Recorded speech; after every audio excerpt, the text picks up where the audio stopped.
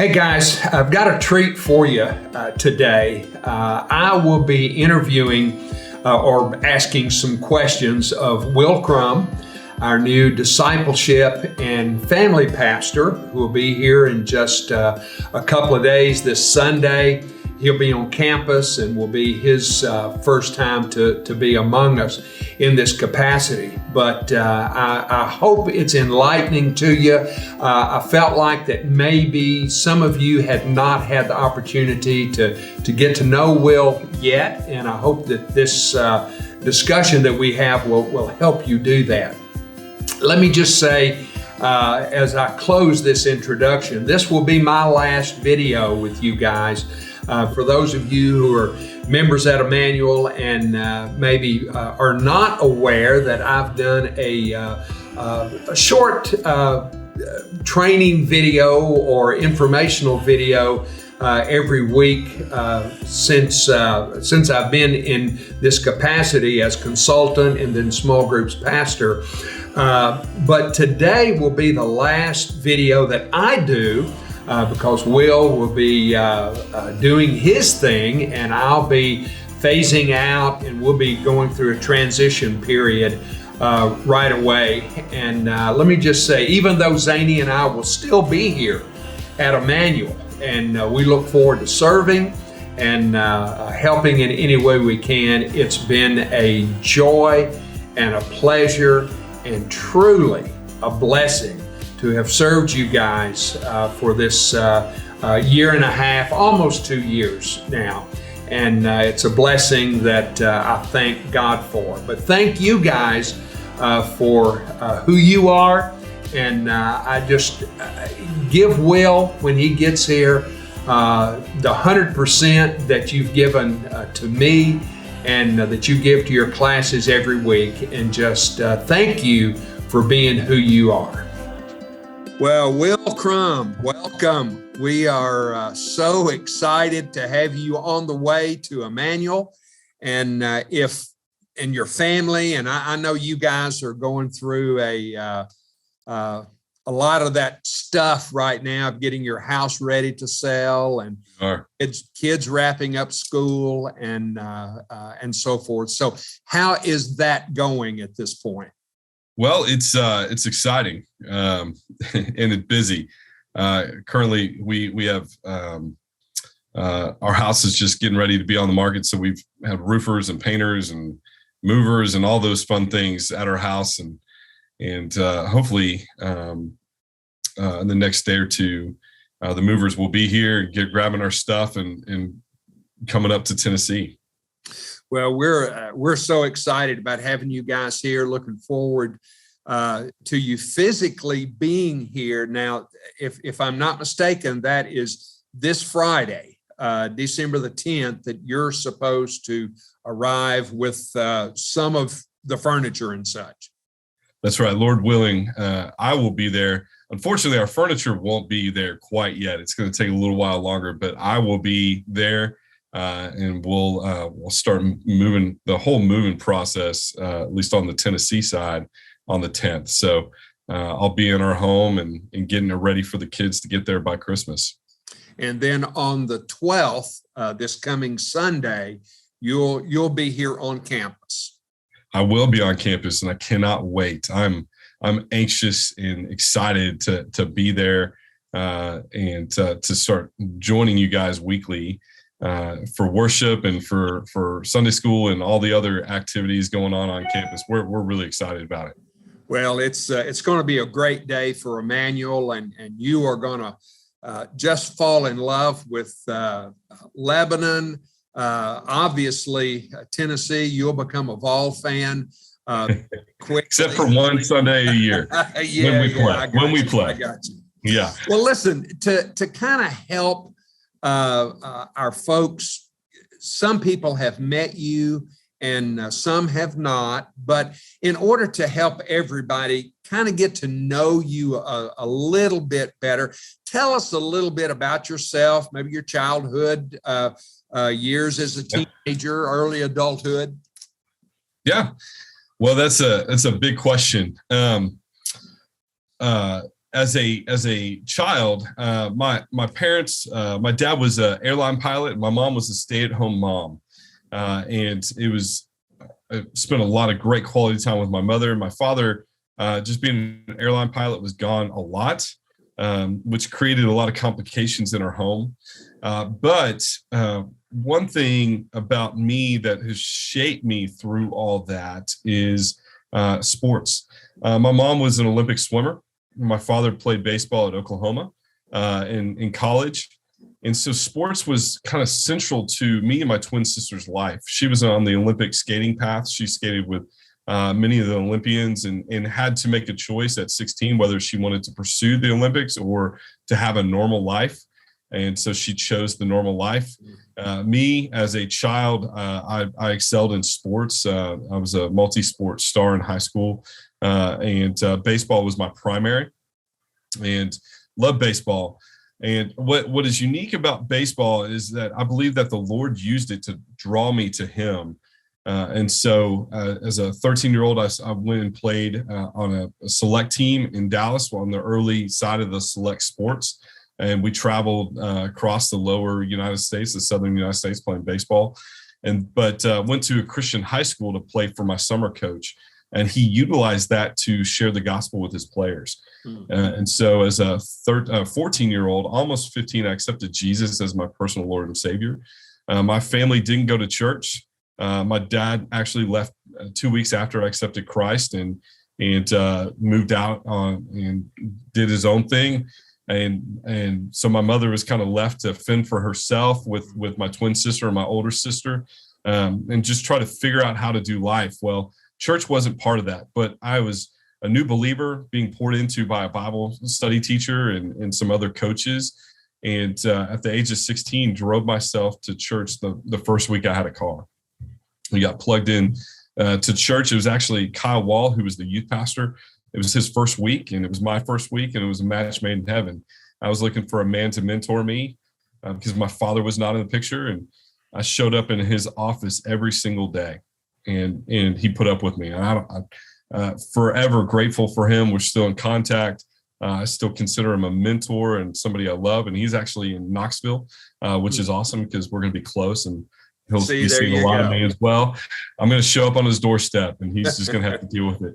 But those were transformative years in my life. I was discipled by my student pastor, and he poured into me. He took me to evangelize, and he walked me through what it meant to be a man, a godly man. And he showed me the scriptures and how to study the scriptures. And I was really poured into in a meaningful way. It's what I believe is authentic discipleship.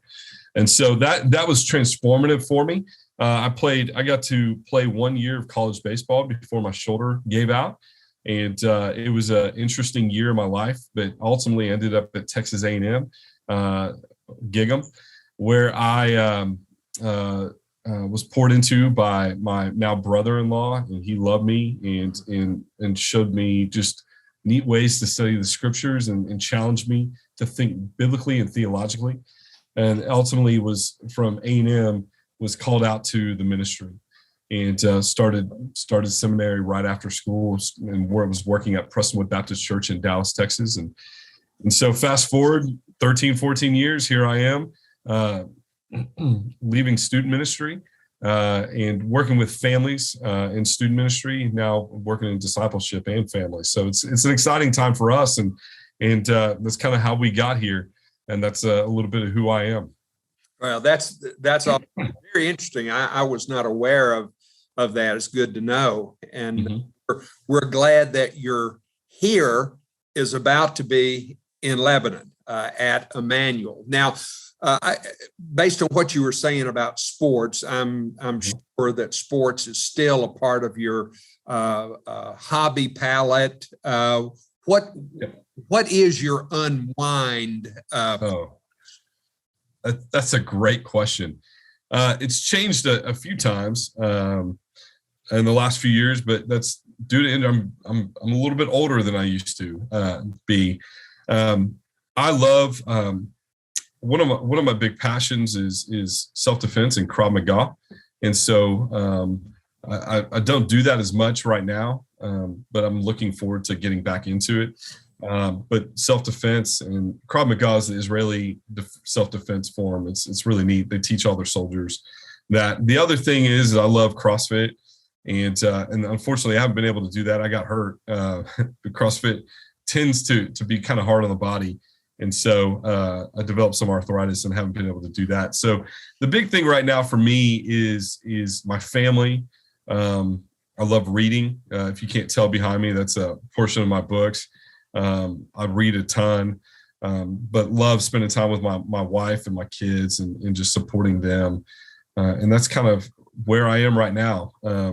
Hopefully in the next week or few weeks, I'll be up there and finding a place to work out and to get more active now that I'm healthy again. So that's I will direct you to somebody else. We won't work.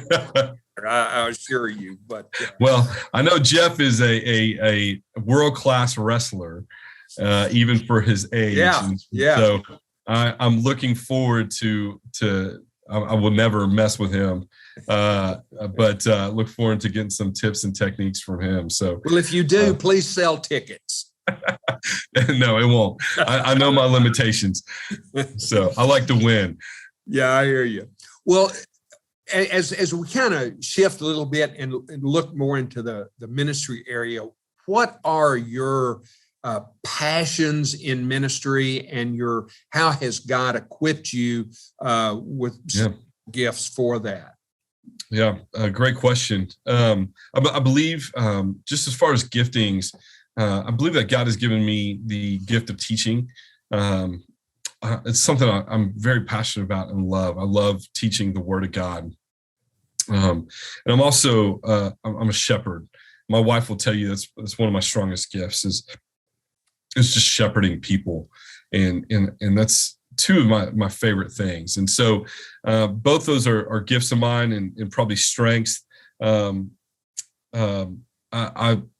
love to, as far as like just things I absolutely love about ministry and things I cherish is discipleship.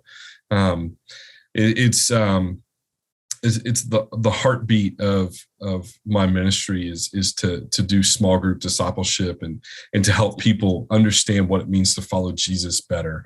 And so just this week I wrapped up my last session with my middle school boys, and it's such a rich group. They're going to be world changers, and it's been fun to do life with them over the years and just walking them through what it means to be a man of God, but also a disciple of Jesus.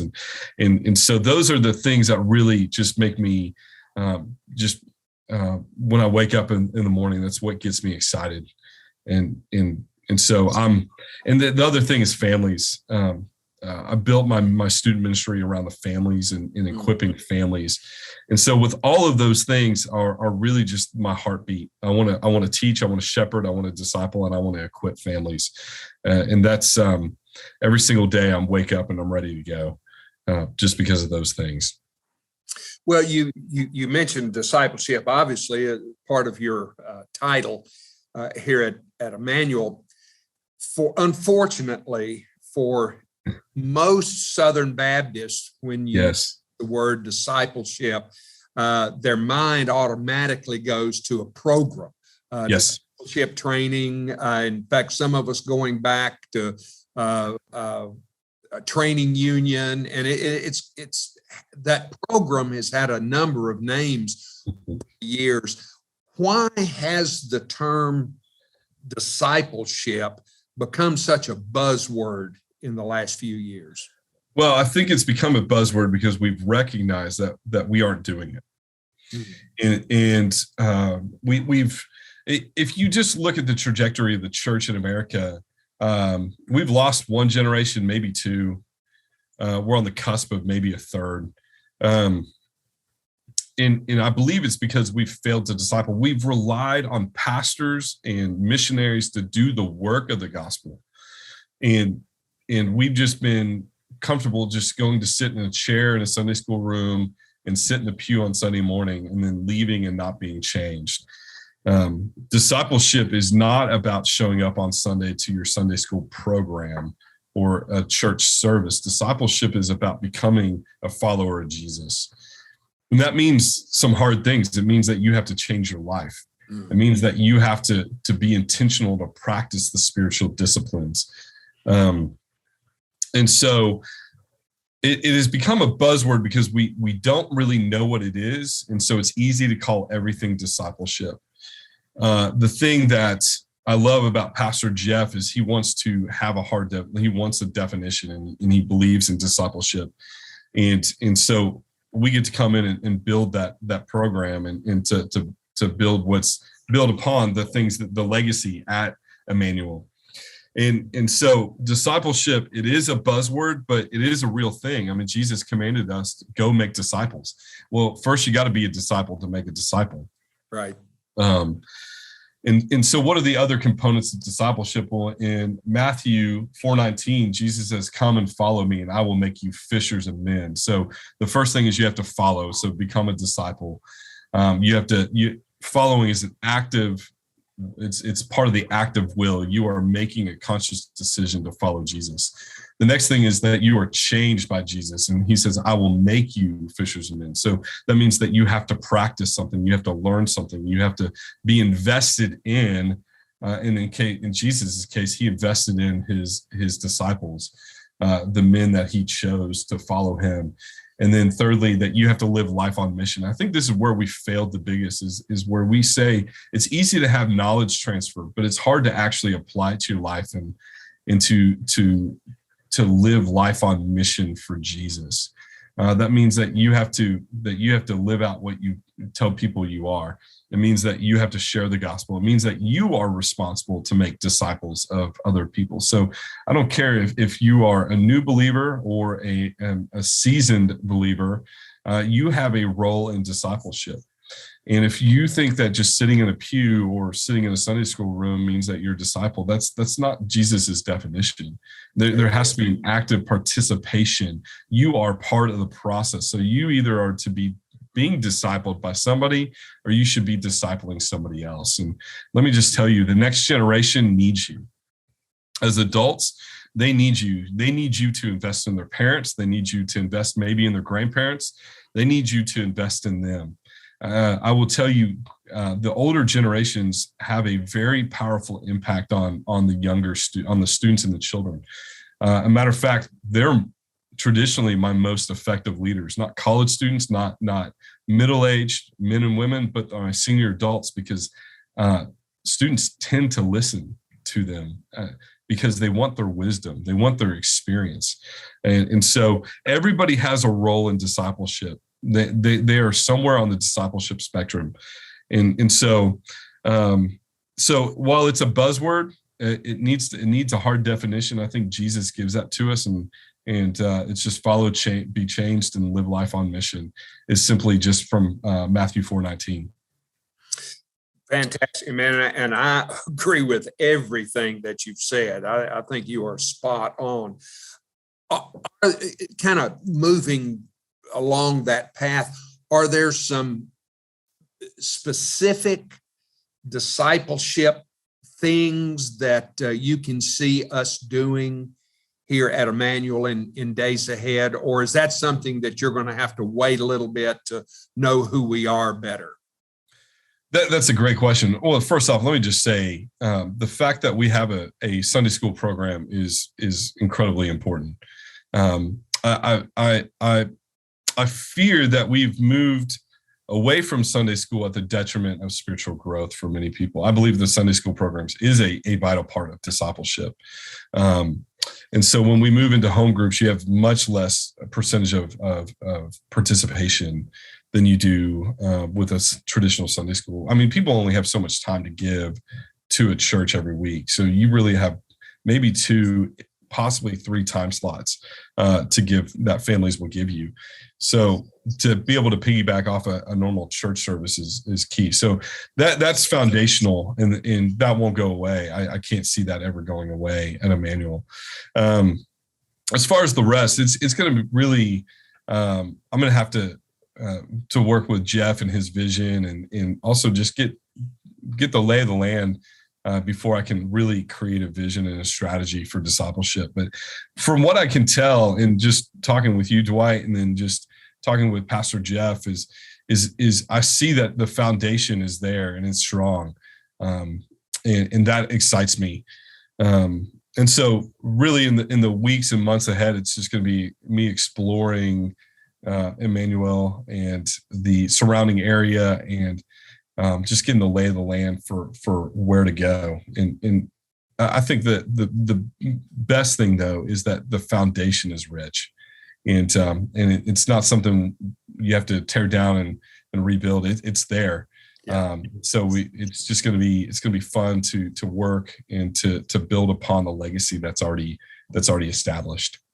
Well, there is a rich heritage, wonderful history here at Immanuel, and you're going to find out very quickly that you've got some of the absolutely most wonderful, most cooperative, willing to do what they're asked of group of people here at Immanuel, as you will find on this planet. Just wonderful. Now, you've mentioned some particularly younger people and seniors kind of connecting with discipleship. Are there some other benefits? And then at the same time, are there some challenges in doing multi or intergenerational discipleship? Well, it's very challenging to do it, but it's incredibly important. So I would say some of the challenges or the benefits are this, and they're rich, is every generation needs the other generations. And so your students and your children need the wisdom of their parents' generation, but even more so the senior adults in the church. Every generation has wisdom to pass down. When we eliminate certain generations from a church, specifically if we eliminate the older generation, that wisdom is not being passed down. And that's why multi-generational churches are so important. On the flip side of that is the youth.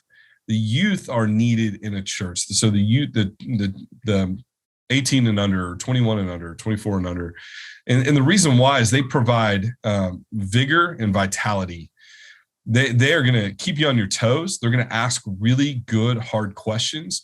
And look, we don't need to fear hard questions. As a matter of fact, those are good for us to have. Yeah. And the worst thing that we've done is not answer those questions for the next generation.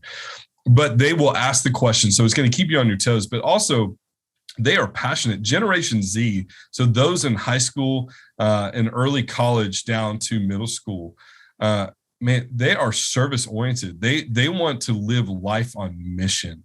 And so giving them a platform to serve is huge. Well, what happens when your youth are serving? Well, it should make every other generation in the church jealous in the right way, and wake them up to serve as well. So that vigor and that vitality, they're going to keep the energy flowing through the generations. And so every generation is important in a church, and they're needed. The biggest challenges are preferences. I think one of the struggles that we've had is every generation has their preferences, and we saw it in worship. So we had the worship wars of the 90s and early 2000s. We see it in how we do different like our programming. So youth and children's takes money to do it effectively, and that means that other areas of the church may or may not get what they want, and so you just have this competition of preferences and what we think is right or wrong. And here's the thing, J.D. Greer says in his book Above All that when it comes to preferences, if it's a matter of preferences, always choose the next generation. There's not a grandparent in the church that doesn't want their grandchild to know Jesus. Yeah. Now, that doesn't mean the youth and the younger families get everything they want. It just means that we need to be cognizant that our faith needs to be passed down. And there are preference and there's style differences in every generation. We need to be aware of those. And And not that we have to accommodate all of them, because some of them are just not good, but we need to be aware that sometimes we need to give up what we want. And it works both ways, and not to pick on the senior adults. Our youth need to know that the hymns were written for a purpose. Right. And the hymns are theologically rich and important, that the fellowship times that senior adults want are very important for them. There's just all these different things that every generation needs to be aware of. And so it takes leadership, it takes a vision from the pastor to really kind of hone those things in. But multi-generational ministry is it's incredibly important. And if we don't do it, I fear we're going to lose another generation. The churches that only focus on one or two generations are really missing very important things. Yeah, it's just not a complete church, in my opinion. And so there are challenges, but all those challenges are worth it. And the church always, God has said that He will always be with us, and He will strengthen us, and He will encourage us, and He does that through the generations, and He will be with us as we try to figure out how to function. In really, some churches are 4 and 5 generations, or 4 generations, and so that's neat. That's healthy, and so it just provides a little conflict sometimes that we can work through. And that's one of the great things about Immanuel, where every generation matters, and it's not just absolutely a tag. It is true, and I know that your role as discipleship and family pastor is going to help us not only will just help us understand and how to implement all of that. Yeah. Now, speaking of your role as discipleship and family pastor, what are some of those responsibilities? I think people probably understand discipleship a little bit, and that entails Sunday school, of course. But what are some of those responsibilities, and how will that benefit the families at Immanuel? Yeah, that's a great question. So, family, being a family pastor, this is such an incredible opportunity and role for the church. And what is unique about this is this is a position that connects all generations. And so one of the task is to connect the youth and the children with the greater church, and create a discipleship pathway that goes from birth to adult. And so that's exciting, but what's even better is bringing the families, the parents involved, in the grandparents, the leaders of the homes into the picture. So one of the things that really excites me is just building a pathway of discipleship for families. So how are we going to do it? How do we disciple our children in the homes? Because let's be honest, we've outsourced discipleship to the church when it was always meant to be in the home. Right. And Pastor Jeff made a comment to me that is stuck with me, is that the church is made up of small churches or family units, right? And the families are what contribute to the church, the larger body. And I was like, that's exactly right. The mothers or fathers and mothers are the ones who need to be pouring in. And you know what? The grandparents get to pour in as well. Yeah. They get to, my mom is still my mom, and she still speaks truth into my life. And I love that. And as a 40-year-old, I need my mother's wisdom. And so she still comes, I call her all the time, Mom, Liam is doing this, and this. I have no clue what to do. How did you handle me? And one thing you'll learn about Liam is he looks just like Jenny, but his personality is all mine. And so trying to learn how to, I don't know how my mom dealt with me sometimes. But so helping families learn how to disciple their kids. And so I have some neat plans on how to do that. And working with the children's and youth ministry to make that happen is going to be so much fun. But we have some exciting things that we're going to end up doing. And And guys, let me just tell you, family ministry is so incredibly important. And you can't separate that from discipleship. Right. You really can't. And trying to connect senior adults and more mature adults with families is going to be incredibly important. I said this when I came in view of the call, that I need the senior adults in the church. I need them to speak into my life and how to raise my kids, because I didn't grow up in a Christian home. My dad was absent. And so to have another man come alongside me and walk me through how to parent is going to be incredibly important. I need it. I'm asking for it. So if you hear this, know that I'm asking you for your help. All because I'm a pastor doesn't mean I have all the answers. A matter of fact, most of what I've learned in the ministry has come from older, wiser men who've spoken truth into my life. And that's for every family in the church. And so we're gonna have a lot of fun building a family ministry at Immanuel, and just really kind of build off of what Pastor Jeff has already started, and just he has a heart for families, and it's abundant and abundantly clear in everything that he is doing right now. So it's fun. It's going to be a lot of fun. Well, you're going to be here in Tennessee a couple of days, and this Sunday you'll be on campus. What can we as your church family, particularly Sunday school leaders, do to help you transition into your position? Yeah. Well, first off, I want to know you.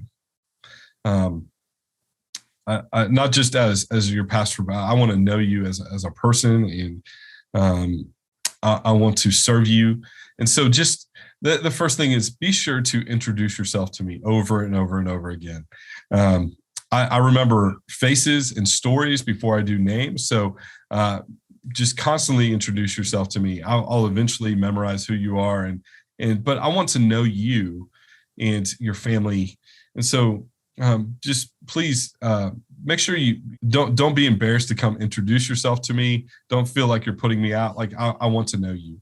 And so the first thing is, for me personally, come introduce yourself to me. The next thing is just pray for a smooth transition. We're moving during Christmas. And while my children are handling this really well, and they're really excited, they can't wait to get involved in the community of Lebanon and the schools and the church. This is a tough transition.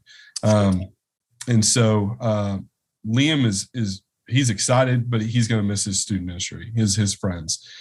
Carly, my middle child, she's my child with all the feels. She makes good, deep friends, and everybody's a deep friend to her.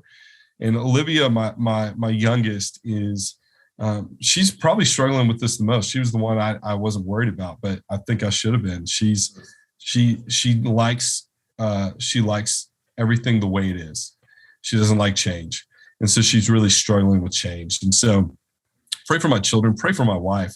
This is a big undertaking for her. And while we're both really excited, it's a lot to move homes. Next to a death in the family, moving is right up there as far as stress and anxiety. And so just pray for her as we do this. I'm fortunate that I have something that I get to go do every week, every day.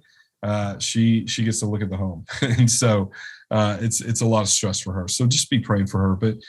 But ultimately, just pray for a smooth transition, and that we can get there quickly. And my family will be coming after me because we're going to finish school in Bernie.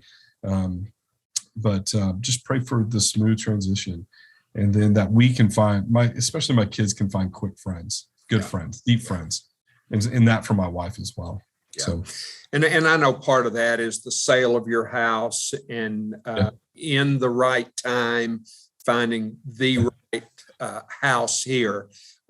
Home is where your family is, but absolutely, having that house that becomes a home, I know is very important as well.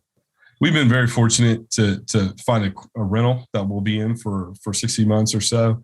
But it'll be exciting to find our permanent home. there. Well, we have, let me just say, I have been praying for you specifically for a year and a half, because I knew that I was just holding a place, and to now have you almost here. I'm very excited. It's been a blessing to serve Immanuel in these, I guess, 18 to 20 months, however long it's been exactly. But that time is coming to a close, and I could not be more excited about seeing you come in and going way to the next level with what's going on here at Immanuel. So thank you for making yourself available for us to talk a little bit. And I know our folks are going to appreciate you and Jenny and the kids, and just getting to know you in days ahead. Any parting words before I wrap this up? Well, I can't wait to be up there, and it can't happen soon enough. So we're excited. I'm excited to do life with you guys, and to begin this discipleship, this life of discipleship with you guys. So it's going to be so much fun. Again, please introduce yourself to me, and don't be offended if I don't remember your name right away. I will do my best, but I will. But we're gonna have a good time, and it's gonna be just a lot of fun. Get to know you and do life together. I think I hear a plea for name tags. Maybe. Is that, maybe. I've been stressing that and the importance of that for my time here, and it is very helpful. It is very much so. So, well, again, we'll thank you and to our Sunday school leaders for my last time. I'll just say, God bless you guys as you lead your classes, and Will, God bless you as you step into this new role at Immanuel and lead our Sunday school and discipleship and family ministry. I thank God for you, and I thank you for listening to Him and being obedient to His call. We look forward to seeing you this Sunday.